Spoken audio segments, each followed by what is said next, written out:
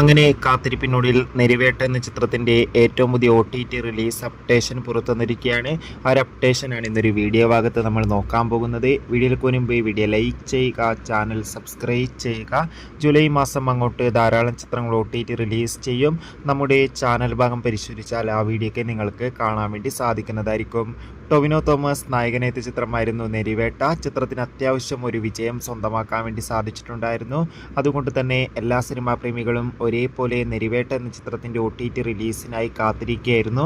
Finally ചിത്രത്തിൻ്റെ OTT അവകാശങ്ങളൊക്കെ Sony leave എന്ന OTT platform സ്വന്തമാക്കിയെന്ന് ഒഫീഷ്യലായി confirm ആക്കിയിട്ടുണ്ട്. ഇപ്പോൾ ഇതാ ഒഫീഷ്യൽ OTT റിലീസ് തീയതിയും പുറത്തുവന്നിരിക്കുകയാണ്. നെരിവേട്ട എന്ന ചിത്രം ഈ വരുന്ന ജൂലൈ 11-ാം തീയതിയായിരിക്കും സോണി ലീവ് എന്ന OTT പ്ലാറ്റ്ഫോമിലൂടെ OTT റിലീസിനെത്തുക. ചിത്രത്തിൻ്റെ OTT റിലീസിനായി നമുക്ക് കാത്തിരിക്കാം. നെരിവേട്ട എന്ന ചിത്രം കണ്ടവരുടെ അഭിപ്രായം തീർച്ചയായും കമൻറ്റ് ബോക്സിൽ രേഖപ്പെടുത്താൻ വേണ്ടി ശ്രമിക്കൂ. അടുത്തൊരു വീഡിയോയിൽ കാണും വരെ ബൈ.